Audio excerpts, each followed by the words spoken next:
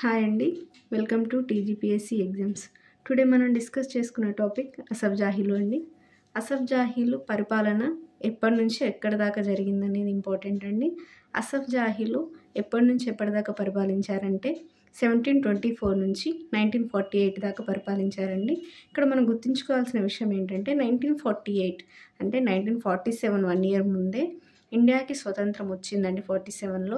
But 47లో స్వతంత్రం వచ్చినప్పటికీ కూడా నెక్స్ట్ 1 ఇయర్ దాకా అంటే 48 దాకా అసఫ్ జాహీల పరిపాలన అనేది ఉన్నది. సో ఇది ఇంపార్టెంట్ అండి మనకి ఎప్పటి నుంచి ఎప్పటిదాకా అసఫ్ జాహీల పరిపాలన ఉంది అనేది. సో మనం ఇప్పుడు అసఫ్ జాహీల టాపిక్ని మనం బిట్స్ రూపంలో మనం డిస్కస్ చేసుకుంటూ వెళ్దాం. ఫస్ట్ చక్కర్కేడ్ యుద్ధం ఏ సంవత్సరంలో జరిగింది? చక్కర్కేడ్ యుద్ధం గురించి ఎందుకు మనం తెలుసుకోవాలి అని అంటే చక్కర్కేడ్ యుద్ధం ద్వారానే అసఫ్ జాహీల పరిపాలన అనేది స్టార్ట్ అయిందండి. ఈ యుద్ధం ఎవరెవరికి జరిగింది, ఎవరు గెలిచారు అనేది ఇప్పుడు మనం నెక్స్ట్ రాబోయే బిట్స్లో మనం డిస్కస్ చేసుకుంటాం. సో చక్కర్కేడ్ యుద్ధమే అసఫ్ జాహీల పరిపాలనకు నాంది పలికిన యుద్ధం కాబట్టి మనం చక్కర్కేడ్ యుద్ధం గురించి ఖచ్చితంగా తెలుసుకోవాలి. చక్కర్కేడ్ యుద్ధం జరిగిన సంవత్సరం ఏంటంటే 1764 అండి. ఆల్రెడీ మనం డిస్కస్ చేసుకున్నాం అప్పటి నుంచి వీళ్ళ పరిపాలన అనేది స్టార్ట్ అయింది అని. నెక్స్ట్ చక్కర్కేడ్ యుద్ధం ఎవరెవరికి మధ్య జరిగింది? ఎవరెవరికి మధ్య జరిగిందండి? నిజాం ఉల్ ముల్క్ ప్లస్ ముబారిజ్ ఖాన్. ఈ ముబారిజ్ ఖాన్ అనే అతడిని నిజాం ఉల్ ముల్క్ ఓడించి చక్కర్కేడ్ యుద్ధంలో గెలిచి మనకు అసఫ్ జాహీల పరిపాలన అనేది స్థాపించాడు.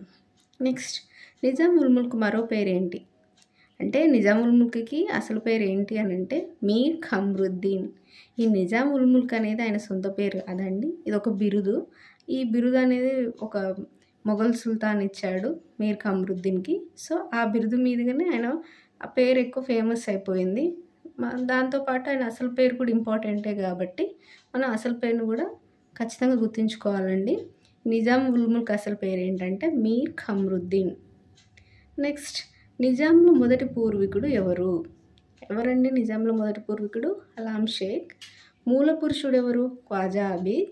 రాజస్థాపకుడు ఎవరు? మీర్ ఖమ్రుద్దీన్. ఇక్కడ మనం కన్ఫ్యూజ్ అవ్వకూడదండి. పూర్వీకుడు వేరు, మూల పురుషుడు వేరు, రాజస్థాపకుడు వేరు. సో మనం రాజస్థాపకుడు అంటే ఎవరు? రాజ్యాన్ని స్థాపించిన వాళ్ళే కదా. అసఫ్ జాహీల రాజ్యాన్ని ఎవరు స్థాపించారు? మనం ఇందాకే చదువుకున్నాం నిజాం ఉల్ ముల్క్ అని. సో రాజస్థాపకుడు ఎవరు? నిజాం ఉల్ ముల్క్, అతనే మీర్ ఖమ్రుద్దీన్. మూల పురుషుడు అంటే ఎవరంటే వీళ్ళ తాత ఎవరైతే నిజాం ఉల్ ముల్క్ ఉన్నారో వాళ్ళ తాతనే మూల పురుషుడు, ఆయన పేరే ఖ్వాజా అబీద్. నెక్స్ట్ మొదటి పూర్వీకుడు ఎవరు అంటే అలాం షేక్. ఈ 3 పేర్లు ఇంపార్టెంట్ అండి, ఇవి కన్ఫ్యూజ్ అవ్వకుండా గుర్తుంచుకోవాలి. నెక్స్ట్ ఫిఫ్త్ బిట్ వచ్చేసరికి నిజాంల రాజధాని ఏంటి? నిజాంలోకి రాజధాని ఫస్ట్ ఔరంగాబాద్ ఉందండి, తర్వాత హైదరాబాద్కి షిఫ్ట్ అయింది. ఈ ఔరంగాబాద్ నుంచి హైదరాబాద్కి ఎవరు షిఫ్ట్ చేశారు, ఏ నిజాం షిఫ్ట్ చేశాడు అనేది నెక్స్ట్ రాబోయే బిట్స్లో ఉంటుంది. So first Aurangabad, next Hyderabad రాజధానిగా ఉందని గుర్తుంచుకోవాలండి. సో నిజాంలో అధికార భాష ఏంటి మరి? అధికార భాష ఫస్ట్ పారశీకం అండి, తర్వాత ఉర్దూ. ఇది కూడా ఉర్దూ ఎప్పటి నుంచి వచ్చింది అంటే 1884 నుండి ఉర్దూ అధికార భాషగా గుర్తించబడిందండి. సో మనం తెలుగు అనుకొని కన్ఫ్యూజ్ అవ్వద్దు, ఎందుకంటే మనకి నిజాంల రాజ్యంలో తెలుగు మాట్లాడే వాళ్ళు ఎక్కువగా ఉన్నారు కాబట్టి, హిందువులు ఎక్కువగా ఉన్నారు కాబట్టి తెలుగు ఉంటుందేమో అని కన్ఫ్యూజ్ అవ్వద్దండి. నిజాంల అధికార భాష అప్పుడు పారశీకం, ఆ తర్వాత 1884 నుంచి ఉర్దూ ఉంది. సో పారశీకం ఉర్దూ అనేది గుర్తుంచుకోవాలండి. నెక్స్ట్ సిక్స్త్ బిట్ వచ్చేసరికి నిజాంలు ఎక్కడి వారు? అసలు నిజాంలు ఎక్కడి నుంచి వచ్చారు అని అంటే మధ్య ఆసియా నుంచి వచ్చారండి. ఇప్పుడున్న జాగ్రఫికల్ లొకేషన్స్లోనే ఇప్పుడున్న కంట్రీస్ అప్పుడు లేవండి. సో మనకు అప్పుడు మధ్య ఆసియా నుంచి బుఖారా రాజ్యంలోని సమర్ఖండ్ ప్రాంతం నుంచి వీళ్ళు నిజాంలు వచ్చారండి మనకి ఇండియాకి. సో వీళ్ళు ఎక్కడి వారు అని అంటే ఒరిజినల్గా మధ్య ఆసియా ప్రాంతంలో ఏ రాజ్యం అంటే బుఖారా రాజ్యం అండి, వాళ్ళ ప్రాంతం సమర్ఖండ్ ప్రాంతం. వీరు ఏ తెగవారు? వచ్చింది అక్కడి నుంచి అండి. వాళ్ళ తెగ ఏంటి అంటే తురానీ తెగ. ఆ తురానీ వాళ్ళని మనం ఇంకేమన్నా అంటామంటే సున్నీలు అని పిలుస్తాం. ఏ తెగవారంటే తురానీ, వారిని ఇంకేమని పిలుస్తాము అంటే సున్నీలు అని అంటాం తురానీ వాళ్ళని.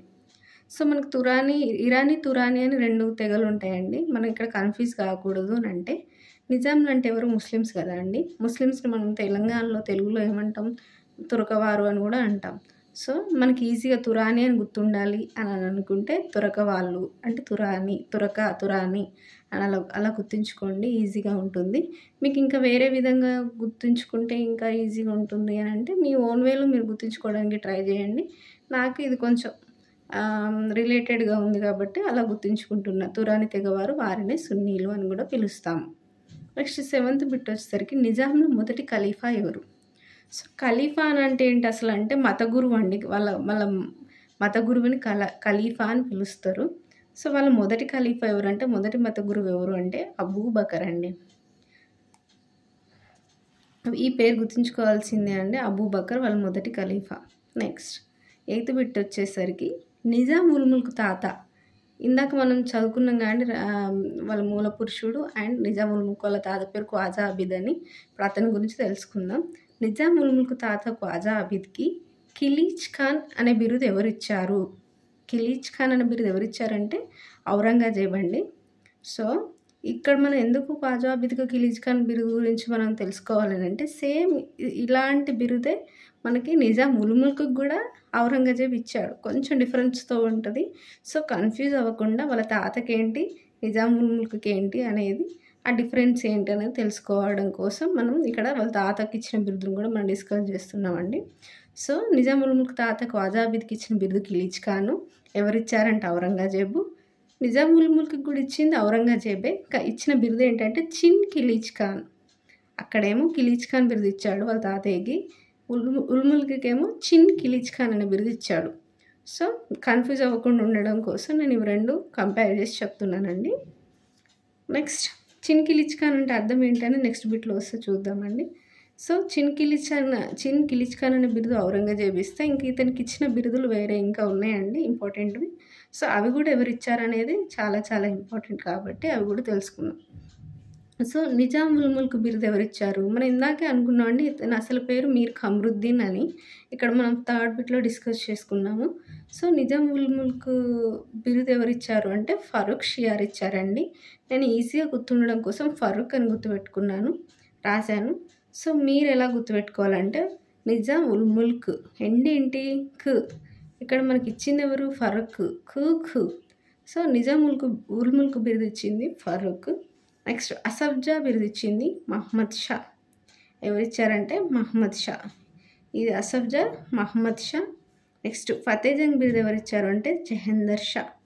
ఖాన్-ఈ దురాని ఎవరిచ్చారంటే బహదూర్ షా 1. సో, ఇది గుర్తుంచుకోవాల్సిందండి. నిజాం ఉల్ ముల్క్ అయితే ఫరూక్, అసఫ్జా అయితే మహమ్మద్ షా, ఫతేజంగ్ అయితే జహందర్ షా, ఖాన్-ఈ దురాని అయితేనేమో బహదూర్ షా 1.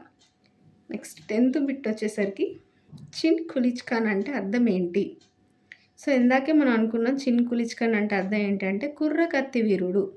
ఆయన అది ఖ్వాజా అబీద్ వాళ్ళ మన్మడు కదండి నిజాం ఉల్ ముల్క్. సో, ఆయనను కుర్ర కత్తి వీరుడు అని చిన్ ఖిలీజ్ ఖాన్ అనే బిరుదుతో ఔరంగజేబ్ సత్కరించాడండి నిజాం ఉల్ ముల్క్‌ని. సో, ఇక్కడ దాకా ఈ 10 బిట్స్‌లో మనం ఏం డిస్కస్ చేసాము? అసఫ్జాహీల పరిపాలన ఎప్పటి నుంచి ఎప్పటి వరకు సాగింది? సో, ఫస్ట్ వాళ్ళ పరిపాలన ఎప్పటి నుంచి స్టార్ట్ అయింది? ఏ యుద్ధం ద్వారా స్టార్ట్ అయింది? ఆ యుద్ధం ఎవరెవరికి మధ్య జరిగింది? ఆ యుద్ధంలో నిజాం ఉల్ ముల్క్ గెలవడం వలన రాజస్థాపన చేశాడు. సో, ఆ రాజస్థాపన క్రమంలోనే వాళ్ళ పూర్వీకులు ఎవరు? వాళ్ళ మూల పురుషుడు ఎవరు? నిజాంల మొదటి పూర్వీకుడు, మూల పురుషుడు ఎవరు? రాజస్థాపకుడు ఎవరు అనేది మనం ఇక్కడ 4th బిట్‌లో చదువుకున్నామండి. నెక్స్ట్ వాళ్ళ రాజధాని ఎలా ఉంది? వాళ్ళ రాజధాని ఫస్ట్ ఔరంగాబాద్, నెక్స్ట్ హైదరాబాద్‌కి షిఫ్ట్ అయిందని చదువుకున్నామండి. సో, వాళ్ళ అధికార భాషలు ఏంటి అని తెలుసుకున్నాము. ఆ తర్వాత ఫస్ట్ వాళ్ళు బ్యాక్‌గ్రౌండ్ స్టోరీలోకి వెళ్తే వాళ్ళు ఎక్కడి నుంచి వచ్చారు, వాళ్ళు ఏ తెగవారు అనేది చదువుకున్నాము. వాళ్ళ మొదటి ఖలీఫా ఎవరు అని తెలుసుకున్నాము. దాని తర్వాత ఈయనకున్న నిజాం ఉల్ ముల్క్‌కున్న బిరుదులు అవి ఎవరిచ్చారు అనేది మనం తెలుసుకున్నామండి 10 బిట్స్ వరకు. సో, నెక్స్ట్ వచ్చేసరికి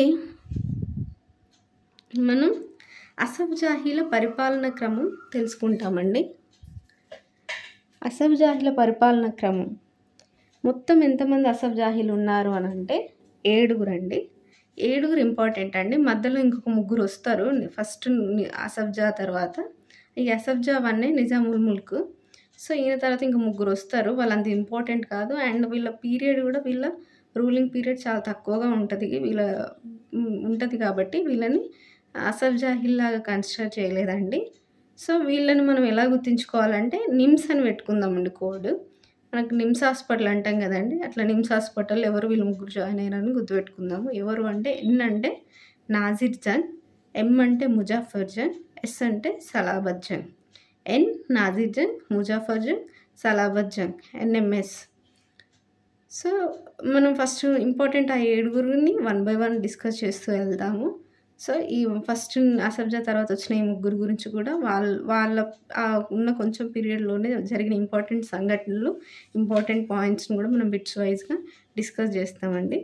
సో వన్ బై వన్ వెళ్తే ఫస్ట్ నిజాముల్ ముల్క్ గురించి తెలుసుకుందాం. సో నిజాముల్ ముల్క్ గురించి ఇక్కడ నుంచి తెలుసుకుంటామండి 12th నుంచి.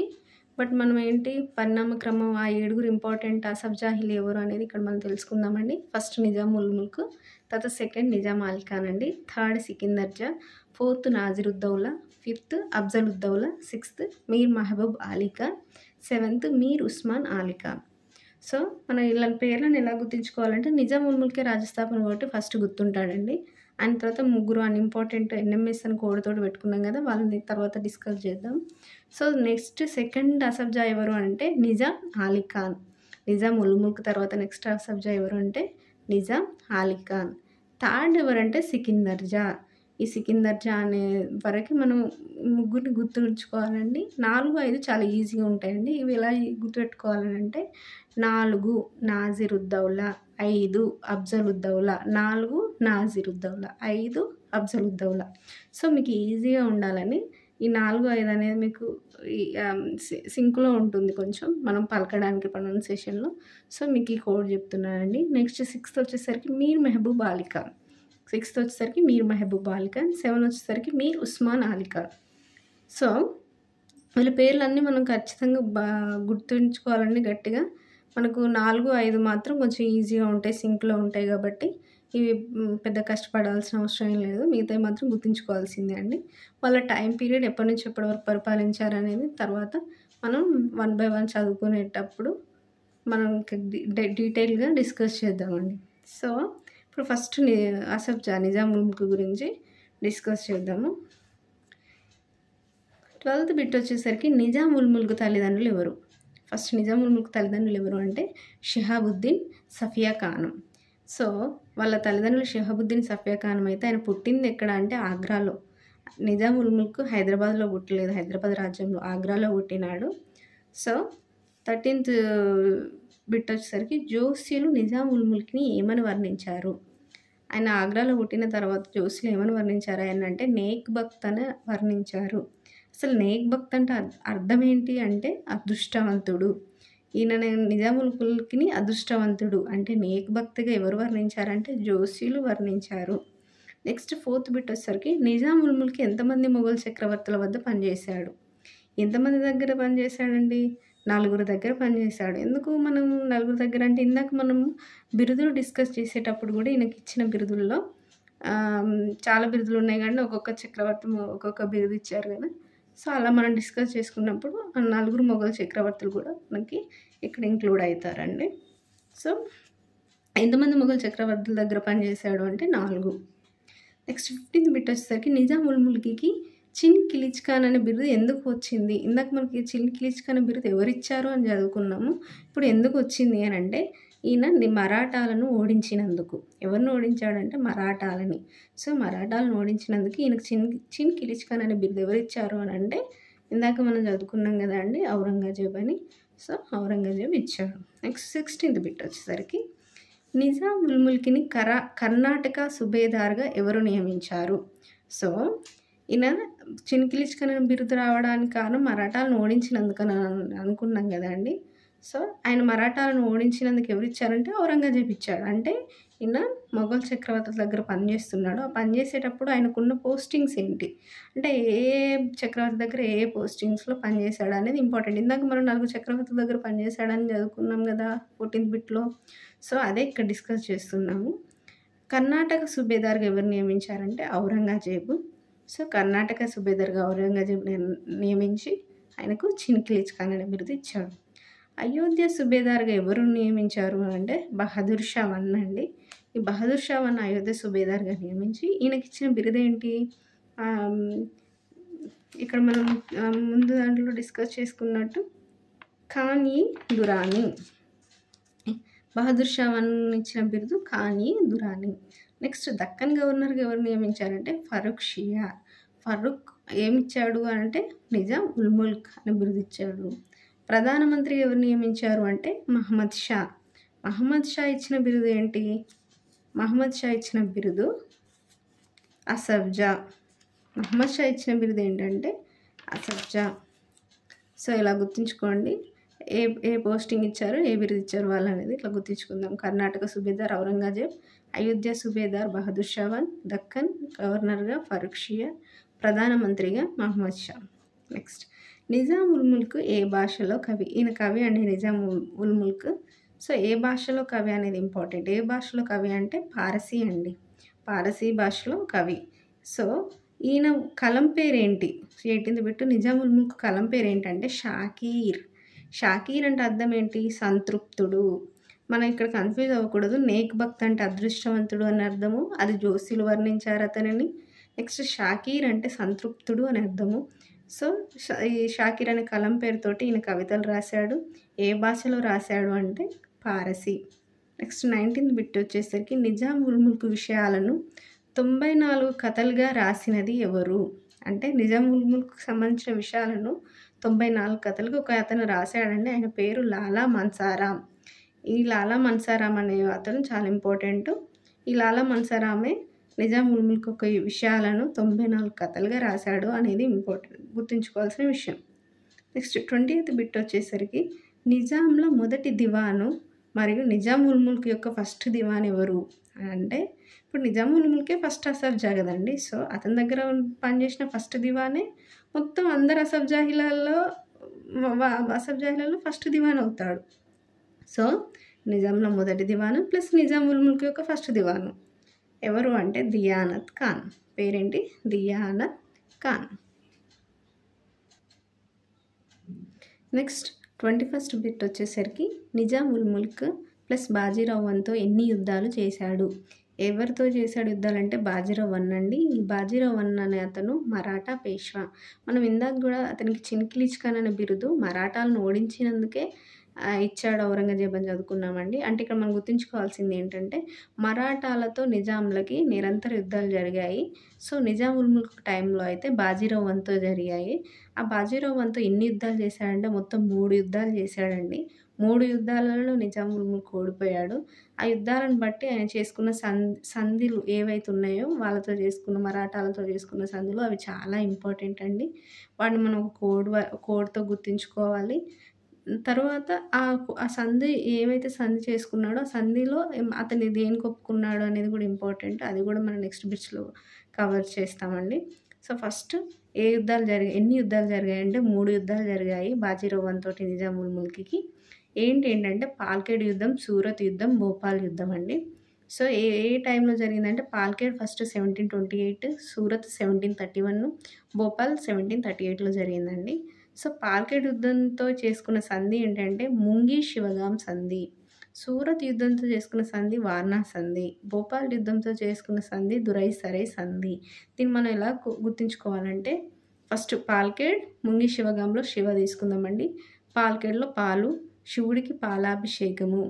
సో పాల్కేడ్కి ముంగి శివగాం సంధి, శివుడికి పాలాభిషేకము, శివగాం సంధి పాల్కేడు. నెక్స్ట్ యుద్ధము అండ్ సంధిని ఎలా గుర్తుంచుకోవాలంటే సూరత్లో వార్నా సంధి కాబట్టి సూరత్లో వార్నింగ్ ఇచ్చాడు. ఫస్ట్ శివుడికి పాలాభిషేకం చేశాడండి ఫస్ట్ యుద్ధంలో. నెక్స్ట్ అలా కుదరలేదని చెప్పి నెక్స్ట్ సూరత్ యుద్ధంలో ఏంటంటే సూరత్లో వార్నింగ్ ఇచ్చాడు, అయినా కుదరలేదు. సో భూపాల్లో ఏం చేశాడంటే భూపాల్లో దురై సరై సంధి అంటే సరైన సంధి, భోపాల్లో సరైన సంధి చేసుకున్నాడు. ఫస్ట్ పాలాభిషేకం చేశాడు శివుడికి, ఒప్పుకోలేదు. నెక్స్ట్ వార్నింగ్ ఇచ్చాడు, ఒప్పుకోలేదు. లాస్ట్కి సరైన సంధి చేసుకున్నాడు భోపాల్తో. ఇలా 3 కోడ్స్తో ఈ 3 యుద్ధాలను గుర్తుంచుకోవాలండి. నెక్స్ట్ ఈ ఈ సంధులు చేసుకున్నాడు కదండి, ఆ సంధి ప్రకారం ఏం ఒప్పుకున్నాడు అనేది ఇంపార్టెంట్. అది ఇప్పుడు 22 బిట్లో డిస్కస్ చేద్దాం. ముంగి శివగాం సంధి ప్రకారము, మనం పాల్కేడు యుద్ధంలో ముంగి శివగాం సంధి అనుకున్నాం కదండి. ఈ ముంగి శివగాం సంధి ప్రకారము చౌత్ సర్దేశ్ముఖ్ పన్ను వసూలు అధికారం చేసుకోవడానికి అధికారం ఇచ్చాడు. ఎవరికి ఇచ్చాడు? మరాఠాలకు ఇచ్చారు. ఎవరిచ్చారు? నిజాం ఉల్ముల్కి ఇచ్చాడు. సో ఈ చౌత్ సర్దేశ్ముఖ్ అనేవి పన్నులండి. చౌత్ అంటే 1/4 అండి. అంటే ఒక 4 భాగాలు పండిస్తే 4 భాగాల్లో ఒక భాగము పన్ను కట్టాలి. సర్దేశ్ముఖ్ అంటే 10 భాగాలలో ఒక భాగము పన్నులాగా కట్టాలి. సో ఈ చౌత్ సర్దేశ్ముఖ్ అనే పన్ను వసూలు అధికారం మరాఠాలకు ఇచ్చింది ఎవరు అంటే నిజాం ఉల్ముల్క్. ఏ సంధి ప్రకారం అంటే ముంగి శివగాం సంధి ప్రకారము. నెక్స్ట్ 23rd బిట్ దురై సరై సంధి ప్రకారం, అంటే లాస్ట్ చేసుకున్నాం మన భూపాల్ యుద్ధం తర్వాత దురై సరై సంధి ప్రకారము ఏం చేశాడని అంటే ఇప్పుడు ఏకంగా కొన్ని ప్రాంతాలను ఇచ్చాడు, ప్లస్ నష్టపరిహారం కూడా ఇచ్చాడండి. ఏంటి ఆ ప్రాంతాలు అని అంటే మాల్వా రాష్ట్రం, చంబల్ నర్మదా మధ్య ఉన్న ప్రాంతాలు, ప్లస్ ₹1,00,000 పరిహారం ఇచ్చాడండి. ఏ టైంలో 1738 టైంలో, ఆ రోజుల్లోనే ₹1,00,000 పరిహారంతో పాటు మాల్వా రాష్ట్రము ప్లస్ చంబల్ నర్మదా నదుల మధ్య ఉన్న ప్రాంతాన్ని ఆయనకి గిఫ్ట్గా ఇచ్చినాడు అనమాట దురై సరై సంధి ప్రకారము. నెక్స్ట్ 24th బిట్ వచ్చేసరికి పర్షియా రాజు నాదిర్ షా ఎప్పుడు కర్నాల్ యుద్ధం చేశాడు. అసలు పర్షియా రాజు నాదిర్ షా ఎందుకు ఇక్కడికి వచ్చాడు అని అంటే, పర్షియా రాజు మనకి మొఘల్ చక్రవర్తుల కాలంలో మొఘల్ రాజ్యంపై దండెత్తాడండి. ఇప్పుడు మనకు అది ఇండియన్ హిస్టరీ చదివేటప్పుడు మనకి ఇంకా ఇండియన్ హిస్టరీ క్లియర్ ఐడియా ఉన్నప్పుడు తెలుస్తుంది ఏంటంటే, ఇండియాలో మనకు మొఘల్ సామ్రాజ్యము నడుస్తుంటే మోస్ట్ ఆఫ్ ద ప్లేసెస్లో మనకి ఇక్కడ నిజాం రాజ్యంలో నిజాంల పరిపాలన సాగుతుందండి ప్యారలల్గా. సో ఆ టైంలో అంటే ఇక్కడ మన నిజాం రాజ్యంలో నిజాం ఉల్ముల్క్ పరిపాలిస్తున్నప్పుడు అక్కడ మనకు భారతదేశంలో మొఘల్ సామ్రాజ్యంలో మొఘళ్ళ పాలన ఉన్నప్పుడు మనకు పర్షియా రాజు నాదిర్ షా దేని మీద దండెత్తాడు? నిజాం రాజ్యం మీద దండెత్తలేదండి, భారతదేశం పైన అంటే మొఘళ్ళ రాజ్యం పైన దండెత్తాడు పర్షియా రాజు నాదిర్ షా. సో ఆ యుద్ధాన్ని ఏమంటారంటే కర్నాల్ యుద్ధము అని అంటాము. ఇలా గుర్తుంచుకోండి, నాదిర్ షా కర్నాల్ యుద్ధము. ఏ సంవత్సరంలో దండెత్తాడంటే 1739. సో మనకి దీనికి 1739 ముందు 38లో భూపాల్ యుద్ధం జరిగిందండి. అంటే 38 వరకు మనకు మరాఠాలతో నిజాం ఉల్ముల్క్ ఇన్ని యుద్ధాలు చేశాడు. తర్వాత 39లో ఈయన నాదిర్ షా మొఘళ్ళ రాజ్యం మీద కర్నాల్ యుద్ధం ప్రకటించినప్పుడు మొఘళ్ళ దగ్గరే పనిచేసి ఈయన స్వతంత్ర రాజ్య ప్రకటన చేసుకున్నాడు కదండి నిజాం ఉల్ముల్క్. ఫస్ట్ మొఘళ్ళ దగ్గరే 4 చక్రవర్తుల దగ్గర పనిచేశాడు, డిఫరెంట్ పోస్టులో అని మనం ఇందాక డిస్కస్ చేసుకున్నాం.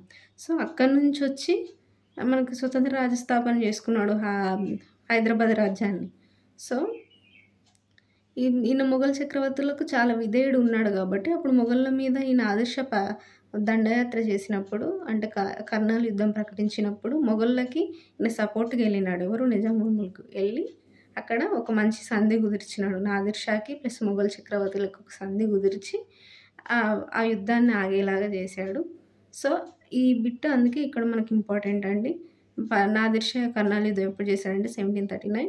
అప్పుడు మొఘళ్ళకు సపోర్ట్గా నిజాం ఉల్ముల్క్ వెళ్ళి వాళ్ళకు సంధి కుదిర్చి ఆ యుద్ధాన్ని ఆపేశాడు కాబట్టి మనం దీన్ని డిస్కస్ చేసుకోవాలి, ఇది ఇంపార్టెంట్. నెక్స్ట్ 25th బిట్ వచ్చేసరికి ఆఫ్ఘన్ అహ్మద్ షా అబ్దాలి దండయాత్ర ఎప్పుడు జరిగింది? అహ్మద్ షా అబ్దాల్ అంటే నా ఆఫ్ఘన్ దేశస్తుడు అండి. ఇప్పుడు ఇందాక పర్షియా రాజు నాదిర్ షా దండెత్తాడు, ఇప్పుడేమో ఆఫ్ఘనిస్తాను నుంచి వచ్చిన అహ్మద్ షా అబ్దాలి. ఈ అహ్మద్ షా అబ్దాల్ దండయాత్ర ఎప్పుడు జరిగిందంటే 1748 అండి. 1748 ఇయర్లో ఈయన ఎక్కడ దండయాత్ర చేశాడంటే ఈయన కూడా నిజాం రాజ్యం పైన దండెత్తలేదండి, మొఘళ్ళ మీదనే దండెత్తాడు, మొఘళ్ళ రాజ్యంపై. సో అప్పుడు దండెత్తినప్పుడు ఇతను సపోర్ట్గా వెళ్ళాడండి 1748లో కూడా. ఫస్ట్ 1739లో పర్షియా రాజు నాదిర్ షా దండెత్తినప్పుడు సపోర్ట్ చేశాడు. నెక్స్ట్ ఆఫ్ఘనిస్తాన్ రాజు అహ్మద్ షా అబ్దాల్ దండయాత్ర చేసినప్పుడు కూడా 1748లో ఈయన సపోర్ట్ చేయడానికి వెళ్తున్నాడండి. వెళ్తున్న క్రమంలోనే మార్గ మధ్యంలో ఈయన చనిపోయాడు. ఎక్కడ చనిపోయాడు అంటే మహారాష్ట్రలోని బుర్హాన్పూర్లో చనిపోయాడండి. ఎక్కడ అంటే మహారాష్ట్రలోని బుర్హాన్పూర్. ఎక్కడ ఖననం చేశారు? బుర్హాన్పూర్లో చనిపోతే ఆయన ఖననం చేసింది మాత్రం ఖుల్దాబాద్ అండి, అది ఔరంగాబాద్ దగ్గర ఉంటుంది. ఎక్కడ దహనం చేశారంటే ఖుల్దాబాద్. చనిపోయింది ఎక్కడ అంటే బుర్హాన్పూర్. మనం ప్రస్తుతానికి 25 బిట్స్ కవర్ చేసామండి. నెక్స్ట్ దీనికి కంటిన్యూషన్ పార్ట్స్ అనేవి మనకు నెక్స్ట్ వీడియోలో వస్తాయండి. సో ఇక్కడికి ఈ వీడియో ఫినిష్ చేద్దాం. Thank you.